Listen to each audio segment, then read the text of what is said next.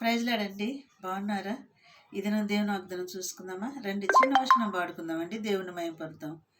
ఆకాశమందుండి ఆశీర్వదించితివి, అభగుడనైన నేను కనికరింపబడి తిని, నీలో నిలుచుటకు బహుగా ఫలించుటకు నూతన కృపలతో నన్ను నింపుచున్నావు.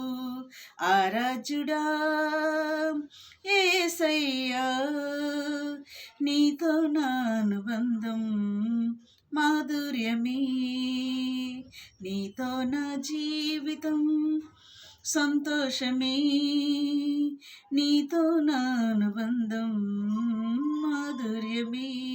ఇది నా దేవుని వాగ్దానం చూసుకుందామండి. హోషేయ 14వ అధ్యాయము 5వ వచనం చూసుకుందామండి.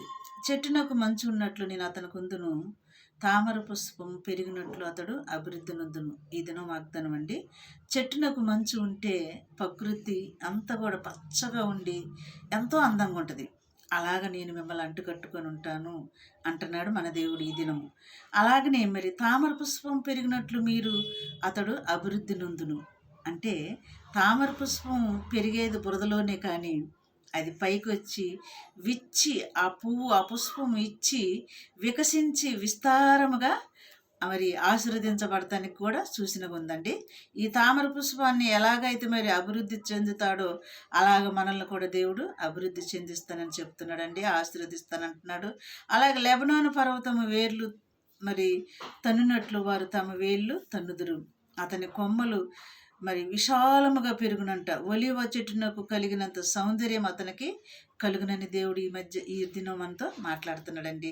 ఇటు వాగ్దానాలను బట్టి మరి ఏం చేద్దాం? ప్రార్థన చేద్దామా?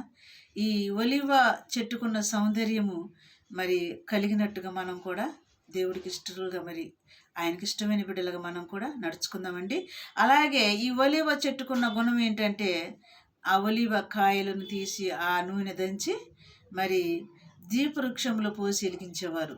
ఇటు దీపవృక్షంలో మనం వెలిగించేవారిగా మరి దేవుడు మనల్ని అభివృద్ధి చెందిస్తానంటున్నాడు. ఈ దినం వాగ్దానాన్ని బట్టి ప్రార్థన చేద్దాం. స్తోత్రములు ప్రభా. నాయన చెట్టుకు మంచున్నట్లుగా మాతో ఉంటానని మమ్మల్ని అంటుకట్టి మమ్మల్ని ఆశీర్వదించి అభివృద్ధి పరుస్తానని చెప్తున్న దేవుడు అయ్యా.